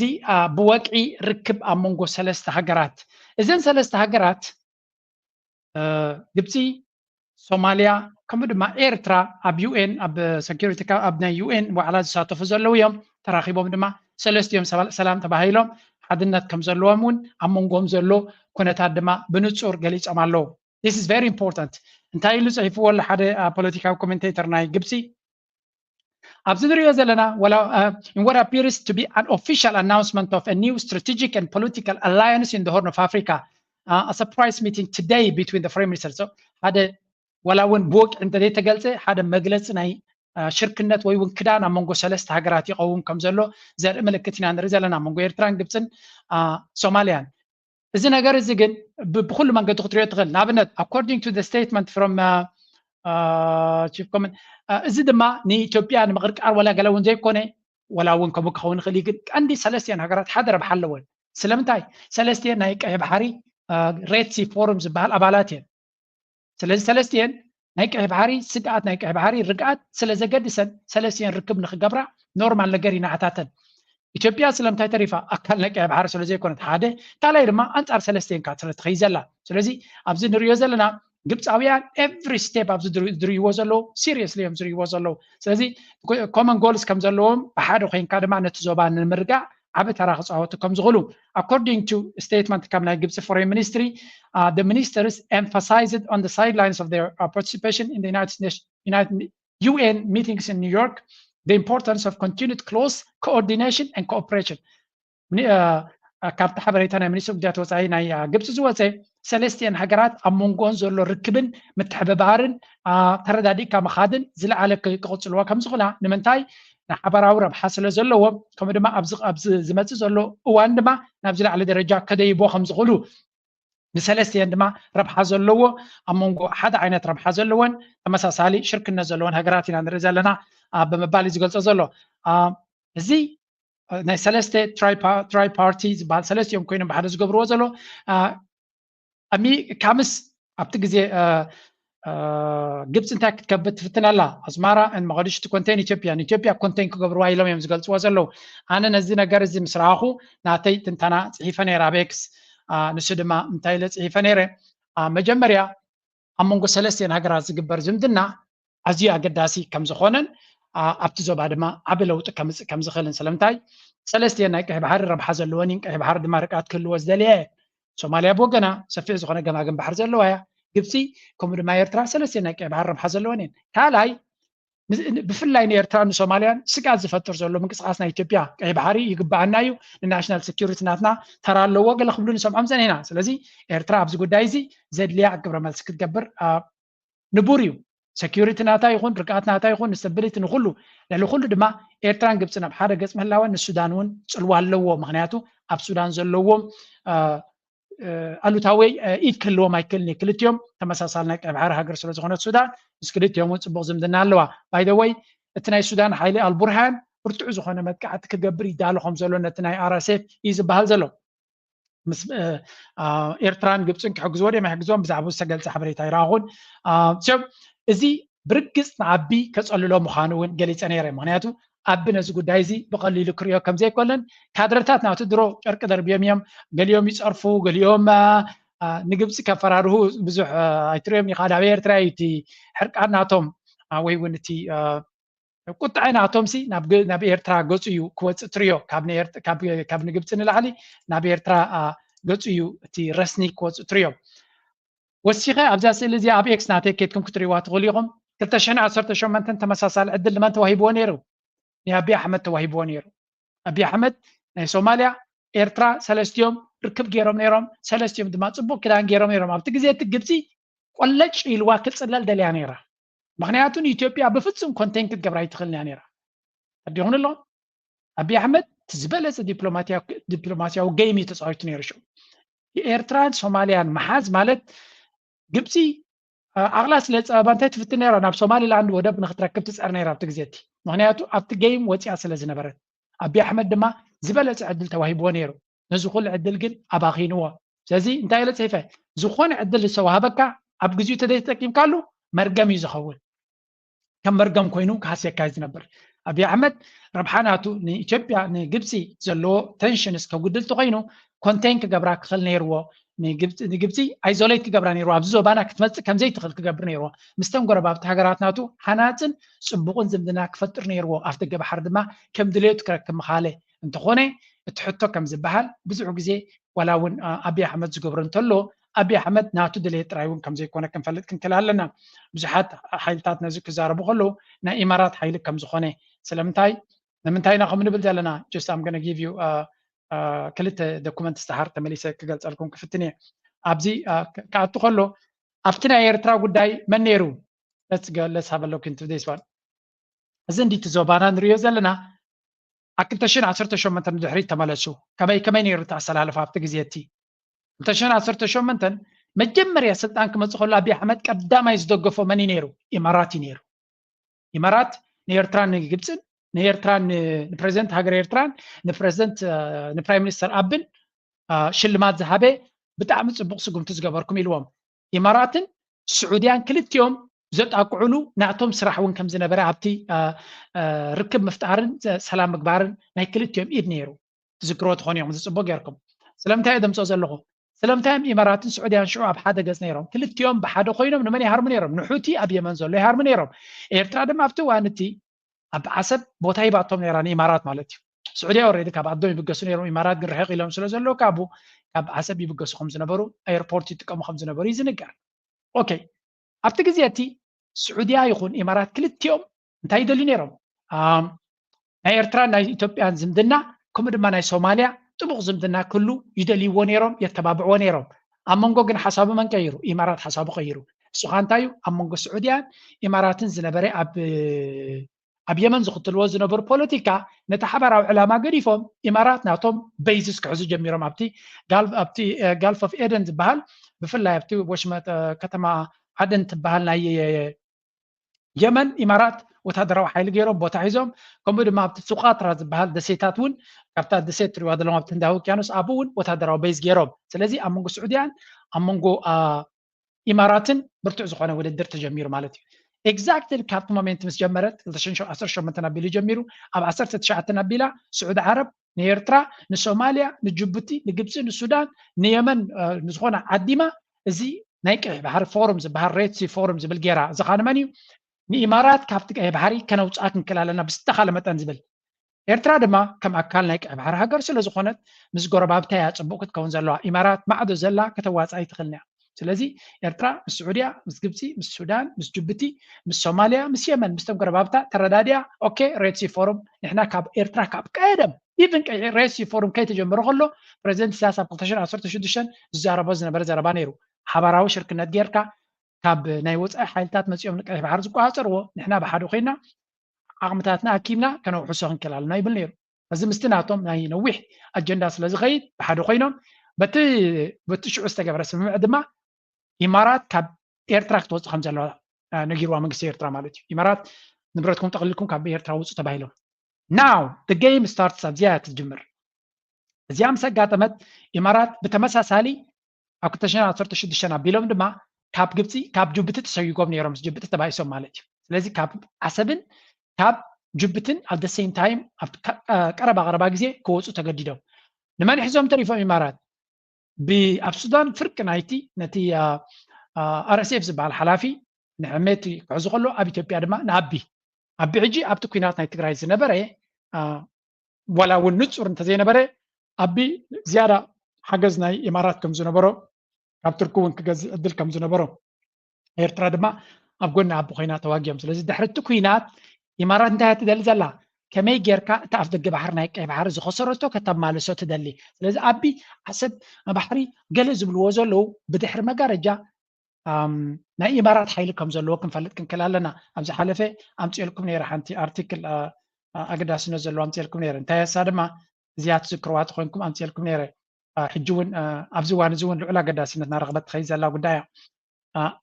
እዚኣ ተዘኪርኩማ ኢማራት ኣበይ ኣሎ የመን ኣበይ ኣሎ ስዑድያ ኣበይ ኣሎ እዚ ገይም እዚ ሽዑ ዝጀመረ እዩ ዓሰብ ምስ ከሰረ ኢማራት ማለት እዩ ጅቡቲ ምስ ከሰረ ናብ በርበራ ሶማሊላንድ ይኸይዱ ኣብቲ በርበራ ድማ ዓብይ ኢንቨስትመንት ገይሩ ነቲ ወደብ ዝሰርሖ ዘሎ እዩ ሕጂ ኣቢ ድማ ዝለዓለ ደገፍ ኣብዚ እዋን እዚ ካብ ኢማራት እዩ ዘለዎ ስለዚ እቲ ናይ ዓሰብ ኣገዳስነት ግን ልዕሊ ማንም ኢማራት እዮም ዝፈልጥዎ ንዓሰብ ንክረኽቡ ብዙሕ ፃዕሪ እዮም ክገብሩ ዝኽእሉ ንንዑ ንምርካብ ድማ ተወሳኺ ንመን እዮም ዝእምኑ ዘለዉ ንኣሜሪካ ነዊሕ እዋን የሚኖም እዮም ዓሰብ ልዑል ኣገዳስነት ኣለሉ ስለዚ ብመንገዲ ኢትዮጵያ ጌርና ንዓሰብ ክንሕዝ ክንክእል ኣለና ዝብል ስትራቴጂካዊ ይድብገስ ኣብይ ኣሕመድ ኣንፃር ሻዕብያ ዝኸይድ ዘሎ ድማ ክኸይድ ዝጀመረ ድማ ነዚ ዕላማ እዚ ከሳልጥ ስለ ዝኾነ ኣሜሪካን ኢማራትን ክልቲኦም ኣብ ወደብ ዓሰብ ክመፁ ድሌት ስለ ዘሎ ስለዚ ነበረን ኣብዚ ዋን እዚ ኣሜሪካ ኤግዛክትሊ ድሌት ኣለዋ ድየ ብላን ክንብል ኣይንኽእልኒና ምክንያቱ እቲ ሽርክነታትን ትሪኦ ስለ ዘላ ኢማራት ግን ኣይግድን ከም ዘለዎም እንተደይኮነ ድማ እቲ ወደብ ናይ በርበራ ኢትዮጵያ ካብ ጅቡቲ ወፅያ ናብ በርበራ ክትመፅእ ክትክእል ኣለዋ እዚ ኩሉ ጌም ንሪኦ ዘለና ሕጂ ካብኡ ዝብገስ ንድሕሪት ተመሊስካ እንተሪኢኻዮ ካብኡ ዝብገስ ስትራቴጂ ከም ዝኾነ ነፍሲ ወከፍ ድማ ኣብዚ ኣለንቀነ ጥራይ ነዛ ቪድዮ እናቐረብኩ ከለኹ ኢማራት እንታይ ጌራ ኣላ ተባሂሉ ኣሎ ምስ ኣሜሪካ ፕሬዚደንት ናይ ኣሜሪካ ኢማራት ኣገዳሲ ናይ ዲፈንስ ፓርትነር ናቶም ምዃና ገሊፅ ኣሎ ስለዚ ኣሜሪካ ኣብ ጎኒ ኢማራት ኣሎ ኢማራት ድሌታ ድማ ኣብ ዓሰብ ቦታ ክትረክበሉ ትኽእል መንገዲ ክስዕር ምዃና ምክንያቱ ኣብቲ ቀይሕ ባሕሪ ቦታ ክትረክብ ትደሊ ዘላ ሃገር እያ ኣብ ቦታ ወላው ናብ ሱዳን ዝግበር ዘሎ ይኹን ኣብ ኢትዮጵያ ዝግበር ዘሎ ናብ ኤርትራ ዝግበር ዘሎ ፀቕጢ ኣብ ጅቡቲ ዝግበር ዘሎ ፀቕጢ ኣብ ሶማሊላንድ ኩሉ እዚ ገይማት ኣብ ዞባና ዝግበር ዘሎ ሓደ ኢማራት ኣብ ኢድ ከም ዘለዎ እዩ ዝንገር ኢንዳይሬክትሊ ክፍለጥ ኣይደለኒ ግን ብድሕሪ መጋረጃ ንኣቢ ይኹን ንካልኦት ኣብቲ ጉዳይቲ ኣብ ኢድ ዘለዎ ጎኒ ጎኒ እውን እስራኤል እውን ንባዕላ ኣብቲ ቦታ ናብ ሶማሊላንድ ክትመፅእ ከም ትኽእል ስለዚ ደስዋይቲ ጉዳይ ናይ ሶማሊላንድ ኣብ ኢትዮጵያ ገለ ዝብል ዘሎ እናረሰነ ዝኸይ ዘሎ ኢትዮጵያውያን ድማ መፍተቶም ረኺቦም ኣብዚ ጉዳይ እዚ ንኣብነት ስምዕዎ ኣብዚ እንታይ ይብላሉ ሚሊተሪ ሳይንሱም እንደሚታየው ኢትዮጵያ መንግስት ለየት ያለ አቋም በእኔ እይታ ነው ስትራቴጂ አዳፕት ያደረገ ይመስለኛል እሱም አንድ አይነት ባፈር ዞን ማለት ኖ ማንስ ላንድ እና የራሳችን በእኛ ጥላ ስር ያለ 100 ኪሎ ሜትር ሊሆን ይችላል 150 ኪሎ ሜትር ሊሆን ይችላል 75 ሊሆን ይችላል 30 ኪሎ ሜትርም ሊሆን ይችላል ከኢትዮጵያ ቦርደር ገባ ብለን እንደ ኳራንቲን ከላይ እስከታች የመያዝ ሁኔታ አስፈላጊ ቦታዎች ላይ ስለዚህ እንታይ ብላሎ እዚ ኢትዮጵያ ኣብ ሶማሊያ ከይዳ 100 ኪሎ ሜትር ዲ 150 ኪሎ ሜትር ውሽጣትያ ባፈር ዞን ክትሕዝ ክትክል ኣለዋ ይዝብል ዘሎ ናይ ብሓቂ ዘገርም እዩ ስለዚ ኢትዮጵያን ሶማልያን ዘሎ ኩነታት ትሕቶ ንመዓስ ክኸውን ይኽእል እምበር ኩናት ክጅምር ከም ዝኽእል ዝገልፅ ብዙሕ ኣንፈታት ንርኢ ኣለና እዚ ተሓንተበ ዝበልክኹም እዩ እቲ ኣፅዋር ዝኣቱ ዘሎ ዝበሃል ሄቪ መሽነሪ ዓበይቲ ኣፅዋር ይኣቱ ከም ዘሎ ናብ ሶማልያ እዩ ዝንገር ዘሎ ዳርጋ መዛረቢ ኣርእስቲ ኮይኑ ኣሎ ብሶማልያ ድማ ኣብዚ እዋን እዚ ወታደራዊ ዓቕምናታ ንምትንሳእ ዳርጋ 2 መዓልቲ ወሲዱ ኣሎ እቲ ኣቑሑት ክኣቱ ጥራይ ክራገፍ ጥራይ እዩ ዝብሉ ዘለው ኢትዮጵያ ድማ ቆለጭ ኣቢልዎም ፀርፀር ከብሎም ጀሚሩ ኣሎ ግብፂ ተመሳሳሊ ሓድሽ ስጉምቲ ወሲዳ ኣላ Shifting focus now, Egypt has urged all of its nationals to leave Somalia's breakaway region of Somaliland, citing security concerns. In a statement issued by the Egyptian embassy to Somalia, Egyptians were urged to leave as soon as possible via Somaliland's airport in the capital of Hargeisa. Now, the embassy emphasized that the current security situation in the region restricts its ability to provide ግብፂ እንታይ ይብላ ኣሎ ንኣባላታ ንዜጋታታ ኣብ ሶማሊላንድ ዝነበሩ ጠቕሊሎም ቀልጢፎም ካብቲ ቦታ ክወፁ ከም ዘለዎም ሓቢሩ ኣሎ ማለት እዩ ኣብ ሶማሊላንድ ዝነበሩ ዜጋታት ናይ ግብፂ ካብቲ ዓዲ ቀልጢፎም ንክወፁ ገሊፁ ኣሎ ስለምንታይ ቅድሚኡ መንግስቲ ናይ ሶማሊላንድ ናይ ግብፂ ዝነበረ ሓደ መደበር ወይ እውን ዲፕሎማስያዊ ቦታ ዓፅይኹም ኣብ ውሽጢ 72 ጠርኒፍኩም ክትወፁ ኣለኩም ኢልዎም ነይሩ ስለዚ ሶማሊላንድ ድማ እዚ ኣብ ሶማልያ ዝኣቱ ዘሎ ኣፅዋር ልዑል ስግኣት ፈጢሩሎም ከም ዘለዎን ኣብይ ኣሕመድ ድማ ቀልጢፉ ነቲ ዲል ወዲዩ ከትሕኖም ከም ዘለዎ ወይ እውን ክሕግዝ ከም ዘለዎ ዝያዳ ይዛረቡ ኣለዉ ኣብይ ኣሕመድ ድማ ብዙሕ ወታደራዊ ኣፅዋርን ፕሮፓጋንዳን አንጻር ሶማሊላንድ ይገብር ከም ዘሎ ዝገልጽ ሓበሬታ ድማ ኣብ የማን መሪያ ወታደራዊ ድጋፍ ለሶማሊያ ከጥቂት ሳምንታት በፊት ስለዚ እቲ ኩነታት ከም ንሪኦ ዘለና ረስኒ ናይቲ ሓይሊ ሓይልታትና ቀየረ ከይድ ከሎ በወገን አቢ ዘጋጥም ዘሎ ድማ ነዚህ እንግዲህ ዓለም ወቅ ዓለም ተረዳ ፋኖ ምን ቁመና እንዳለ ይሄ የምታየው ምርኮኛው የብርሃኑ ጁላ ወታደር ነው። ይሄ የምታየው ተሰልፎ የምታየው ጳጉሜ 2016 ዓመተ ምህረት በተደረገ ጦርነት በቁጥጥር ስር የዋለ ነው። እንግዲህ ፋኖ ሰራዊትና ያብ ድማ ብዝኸዶ ብፋኖ ጽፍዒት የጋጥሞ ከም ዘሎን ካብ ቦታ ናብ ቦታ ድማ እናተማረኸ ይኸይድ ከም ዘሎ ኢና ንርኢ ዘለና እዚ ድማ እቲ መርኣያ ናይቲ ኩነታት እዩ ሓንቲ ናይ መወዳእታ ኣብዚ ክንሪኣ ደልየ ዘለኹ በዚኣ ጌርና ናብቲ ናይ ኤርትራ ናይቲ ከባቢና ክንሰግር እየ እንደገና መንግስቲ ኤርትራ ምስ ግብፂ መበል 94 ናይ ሃገራዊ በዓል ሃገራዊ መዓልቲ ስዑድያ ተባሂሉ ዝፍለጥ ናሽናል ዴይ ናይ ሳዑዲ አረቢያ መልእኽቲ ካብ ሃገር ኤርትራ ናብ ስዑዲ ከም ዝኸደ እዚ ኻ እንታይ ዘርእየካ እቲ ዲፕሎማሲ ክንክን ከም ዘድልዮ ስለዚ ግብፂ ምስ ግብፂ ፅቡቅ ዝምድና ንብል ኣለና ምስ ስዑድያ ተመሳሳሊ ስለዚ ተናገደስቲ ሪጅናል ፓወርስ ኤርትራ ነቲ ዘለዋ ዲፕሎማስያዊ ዝምድና ክንክን ከም ትገብረሉ ዘላ ቨሪ ኢምፖርታንት እዚ እውን ስለዚ እቲ ኣላያንስ ነዚ ይመስል ሕጂ እቲ ዘገርም ኩነታት ክንርኢ ክንፍትን ኢና ንሱ ድማ እንታይ ይካየድ ኣሎ ካለ ኣብቲ ዞባና ብፍላይ ኣብ ትግራይ ዝግበር ዘሎ ሓሸውየ ምክንያቱ ንዓና ብቐጥታ ክጸሉ ዝኽእል እውን ንሱ ስለ ዝኾነ ዶብ ስለ ዘለዎ ምሳና ጊዜያዊ አስተዳደር በአሁኑ ወቅት በትግራይ ያለው ችግር በህወሓትና በጊዜያዊ አስተዳደሩ መካከል ሳይሆን በህወሓት ከፍተኛ አመራሮች መካከል የተፈጠረ ክፍፍል ነው ሲል ትላንት ምሽት አስታውቋል። የህወሓት አመራር ክፍፍል በአስተዳደሩ መዋቅር ላይ አሉታዊ ተጽዕኖ ማሳደሩን ያመነው አስተዳደሩ የጊዜያዊ አስተዳደሩ ውሳኔዎች ለመሻር ወይም ጉዳይ ናይ ደብረ አመንጎ ናይ ትግራይ ኢሊት ዘሎ ባእሲ ዝለዓለ ጥር ዝበጽሕ ከም ዘሎ ገለክልተ ሰለስተ ቪዲዮታት ክንሪና ሓደ በሉ በዚ ጻድቃን ከዝ መጽዩ ተኸል ገብሩ አስራት መጽዩ ካስታይላውን ፕሮፓጋንዳ ይነፍዕለው ናይ ደብረ ጤር ጉጅለ ናይ መሃይም ናይ ገታቸው ናይ ምሁራት እዚ ዝበሃል ተኸል ጻድቃን ከዝ መጽዩ ተኸል ገብሩ አስራት መጽዩ ካስታይላውን ፕሮፓጋንዳ ይነፍዕለው ናይ ደብረ ጤር ጉጅለ ናይ መሃይም ናይ ገታቸው ናይ ምሁራት እዚ ዝበሃል ደሞስ ተቀረብና ፍርቃን ሽጋራ ፍርቃን መስተናይ ገና ጽራ ናይ ብሓቂ ዘገርም ኣብ ትግራይ ዘሎ ድራማ እዚ ኣብ ሶሻል ሚዲያ ሼር ዝገብርዎ ዘለው እዩ ኣብዚ ኸ ንቐጽል to move from what we're used to do although we have many several techniques أطار من دليت خلا هدي فلتن to move እዚኣ ናይ ዶክተር ደብረጽዮን ብእንግሊሽ ክዛረብ ከሎ ሰሚዐየ ይፈልጥን እየ ግን እንግሊሽ ኣይክልን ኢሎም ባዕሎም ቆራሪፆም ዝገበርዋ እያ ንመለስ ኣብዚ ንእቶ ኣብዚ ሓለፈ ጌታቸው ረዳ ኣብ ሽረ ምስ ህዝቢ ክራኸብ ከሎ ናዕባ ኣጋጢሙ ነይሩ እንታይ ኣጋጢሙ ኣብዚ ስምዑ ማንድቅ ዘላ ከምዚ እያ በዚኣ ና በጊና ንሕና ብዞባ ብወረዳ ብጣብያ ብቁሸት ብዓልየ ንጸለምቲ ዝሸጠ ንሑማራት ዝሸጠ ንራያ ዝሸጠ ንህዝብ ዘይፈውድ ንህዝብ ዝሓደ ሰማዕታት ከልዕል ኣገቢ ኣይፈውድን ንሱ እዩ ዘበክየና ንዓና ሕዝቡ ነውሽጢ ከሰይ ዝኣቱ ንሱ እዩ ቀልዲ እዩ ቀልዲ እዚኣ ኢለ ናይ ጌታቸው ክጅምር ዘይተዘረበ ክረክን ኣይኮነን ጌታቸው ልዕልነት ክረጋግጽ ማይጨለት ክሕሰብ ናብ ኩለን ከተማታት ዝዘውር ኣብ ተንቤን ከይዱ ኣብኡ ታሪኹ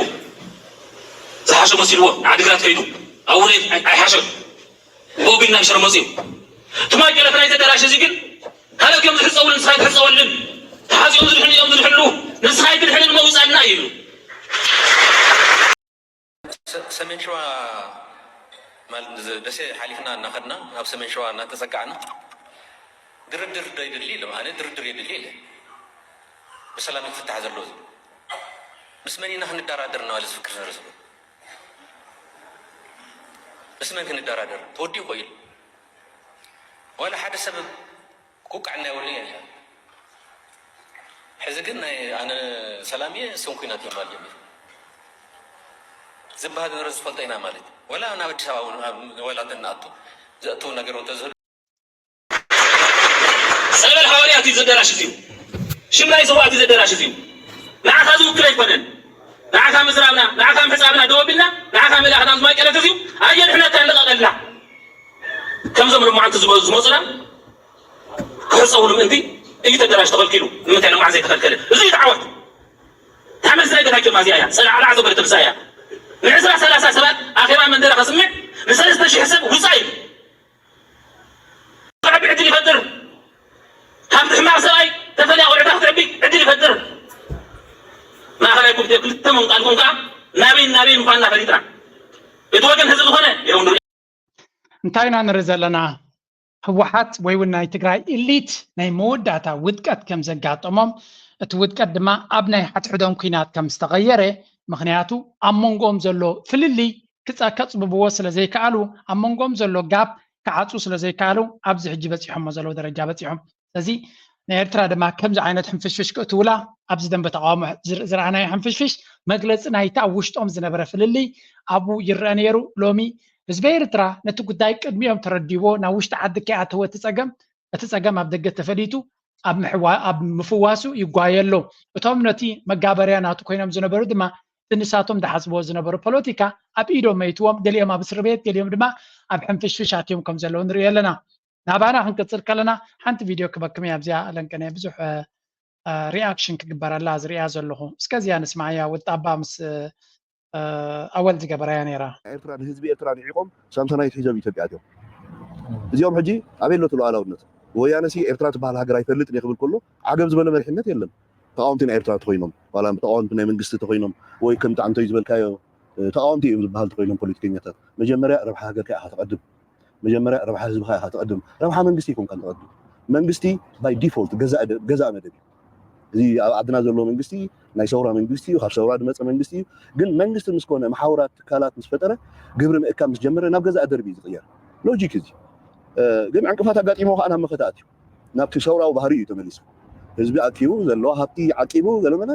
እንታይ ጌርና ኤርትራስ ከመድሕና ኣለና እዩ እጂ ተቃውሞ ደንበ ኣብ ፖሊሲ ዝከራኸር ኣብዝን ፀገማት ኣሎ ዳሕራይ ከዓ ምናልባት ካብተን ኣለዋ ዝበሃላ ናይቲ ሃገር ትምራሓሉ ፖሊሲ 7 ዲኻ 8 ትቃወም ትኽእል ብውሕዱስ ኣብ ሓደ ክልተ ክሰማማዕ ትኽእል ኢኻ ኣብ ኤርትራ ማንም ሰብ ዋላ ዳህሲሱ ዝረኽቦ ሓቅታት ኣሎ ኣብ ኤርትራ ናይ ትምህርቲ ዕድል ብነፃ እዩ ኣብ ኤርትራ ናይ ሕክምና ዕድል ብነፃ እዩ ሓቀይ ኣብ ኤርትራ ትራንስፖርት መንግስቲ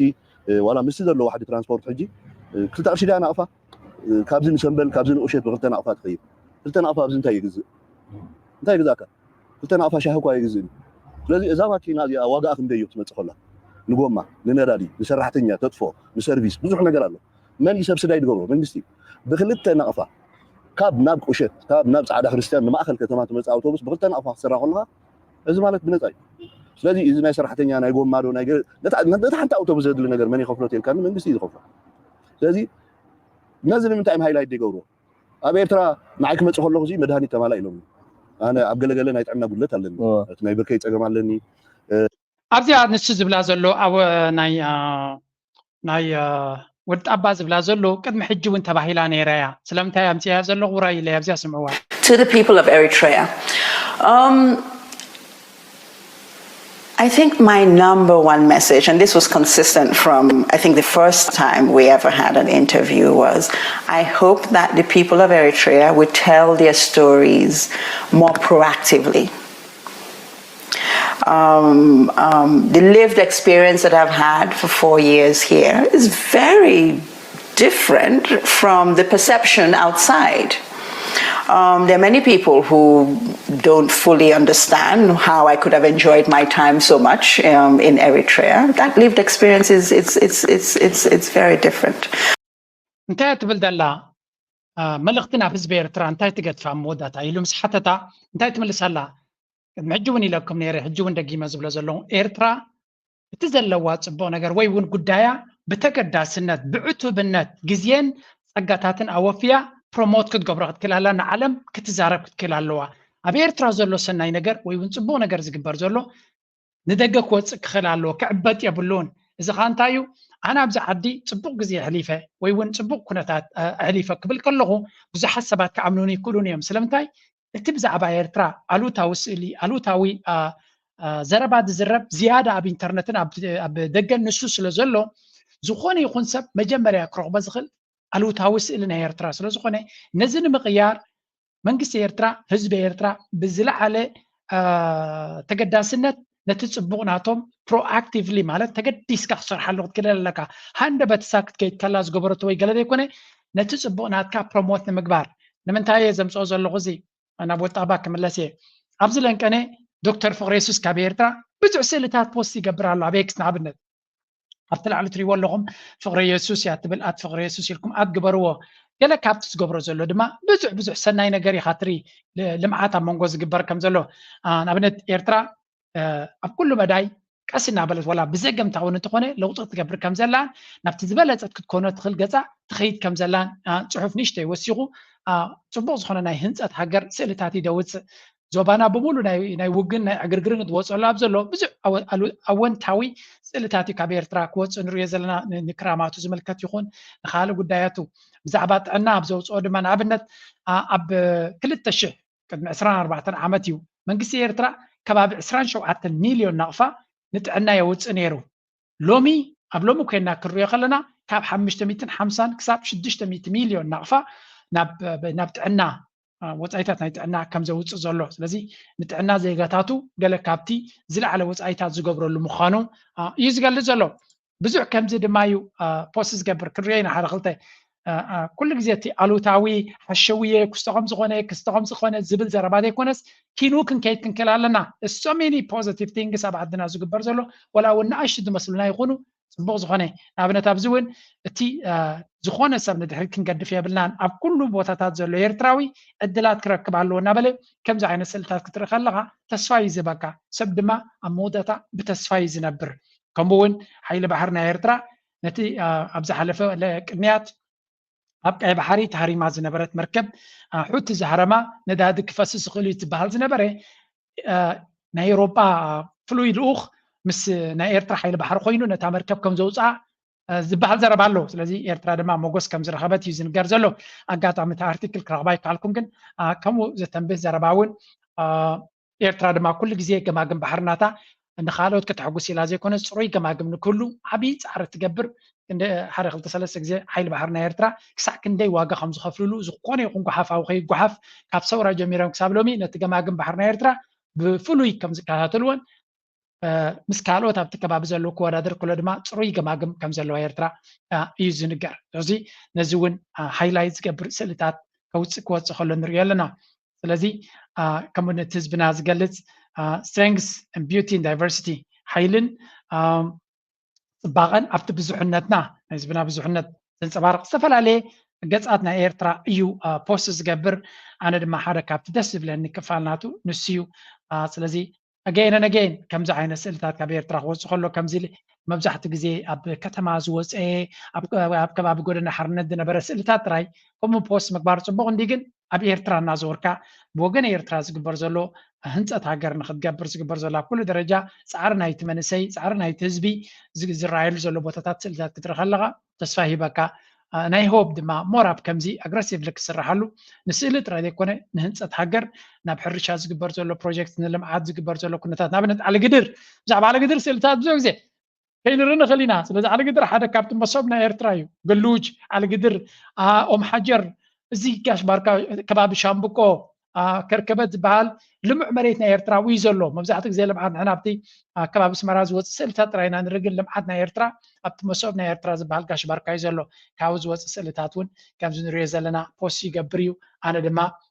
كابتي زلو حلخلاخ أبزانا يقول أبا كمل لسي حنت جزء مغنيات حدا نجار كسار دليل سلا زلو أبزغارب أونون بزح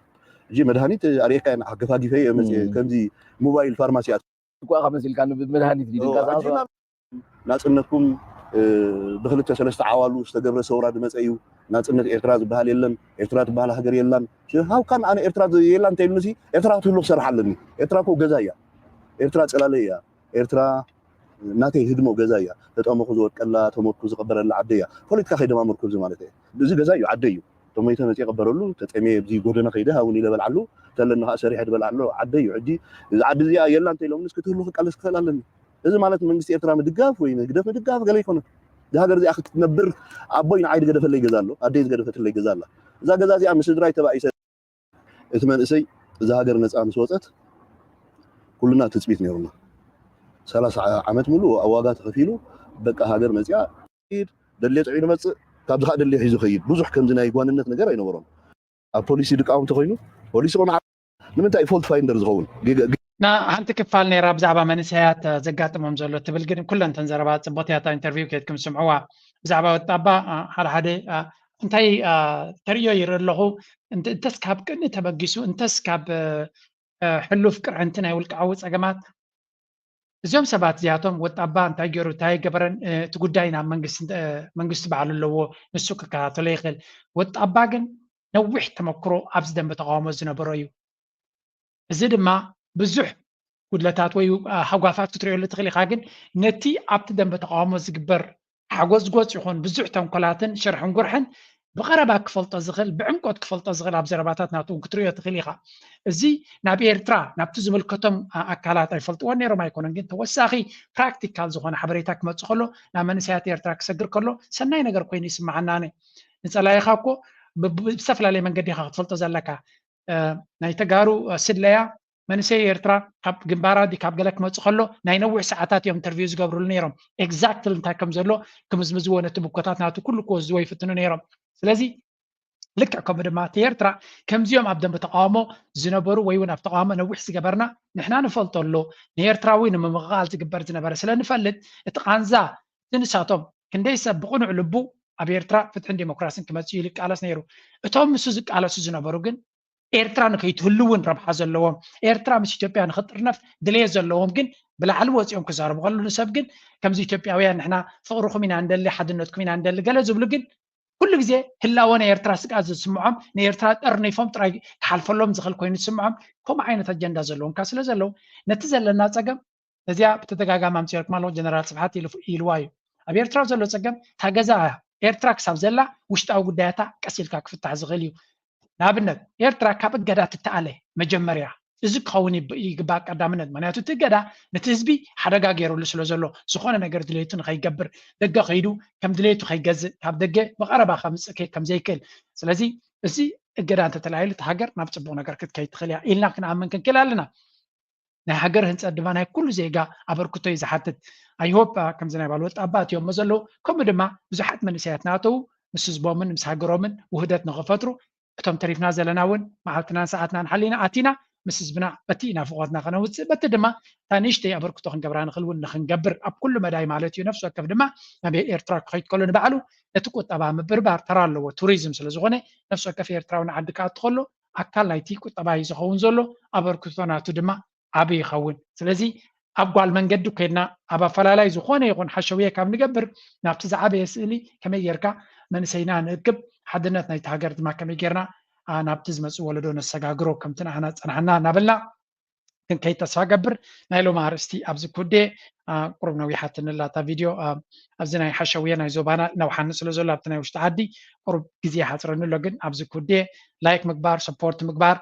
بزعبا مقزلونا فاينانس تمرت تدليهم ويون حبريتا زيناتا تدليهم دما أبتا VIP تبل دالا جوين غيركم بالاتنا يزي channel كون نابلكو نايلو مارست أبز قد فيه بزات أم تدرف دما قد فكمي تحمكم